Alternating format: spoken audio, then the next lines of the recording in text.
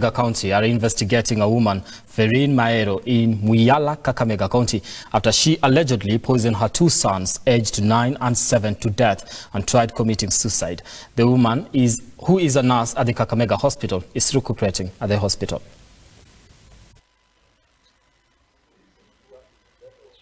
It is a somber mood in Mwiyala, Kakamega County, where a woman, Pherine Maero, aged 32, left villagers in shock after she poisoned her two sons aged 9 and 7 and tried committing suicide by strangling herself without success.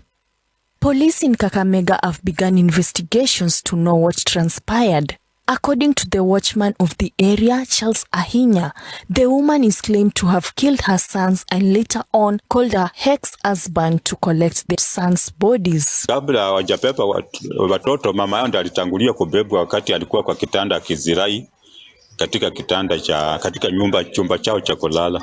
Kabebwa na gari la polisi akapelekwa Kakamega County Hospital.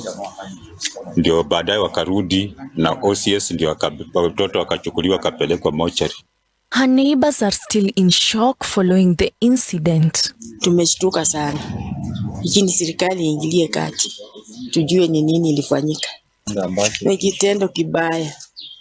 Ni kitendo kibaya sana kutoa uhai wa watoto. Huyu mama ni mteja wetu sana, watu tunampepanga pata na watoto. Hata Jumapili kama hii, mimi huwa nampepa nikimpeleka kanisa ya Deliverance hapo Mwiyala Road. Hasa kufika hapa naona gari ya polisi na shangaa nini yenye inatendeka hapo kwa kid. Kusongea karibu kuonekana ni ule mteja wangu ndiye ameua watoto wake, hata mpaka nimestuka sana. Tuni hiyo kazi nilikuwa nimekuja kupepa Jumapili ya leo. According to Emmanuel Lugano, one of her neighbors, Maero has a high temper. Nyumba yao mzee na mama wamekuwa na mzozo, hata mzee naye akawa ametoka haishi hapa. Kuna mzozo ilitokea, mama akamwekea manguo kwa gari, mzee akaenda. Kwa hivyo huyu mzee huwa haishi hapa. Ni mama wa hasira, huwa anaonekana wa hasira ya haraka. Kuna gari yake ambayo alikuwa akitumia pia alivunja kioo wakati mmoja na tena akatengeneza. Kakamega County OCPD Valerian Obore says Maero, who is in a critical condition at Kakamega Hospital, will be charged with murder.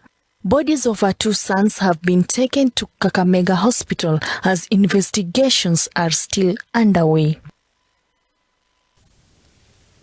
All right. Thank you so much, Sally Nyagere, for that report. Now